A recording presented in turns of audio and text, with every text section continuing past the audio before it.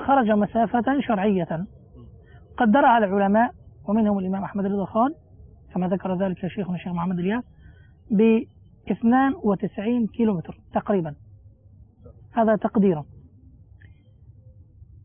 صيام وصلاة للمسافر له أن يقصر في الصلاة، بل في مذهب السادة الأحناف عليه أن يقصر الصلاة، لأن حكم قصر الصلاة للمسافر في مذهب السادة الحنفية واجب، بينما في باقي المذاهب هو رخصة، لكن في مذهب السادة الأحناف هو واجب، الصلاة واجب عليه قصر.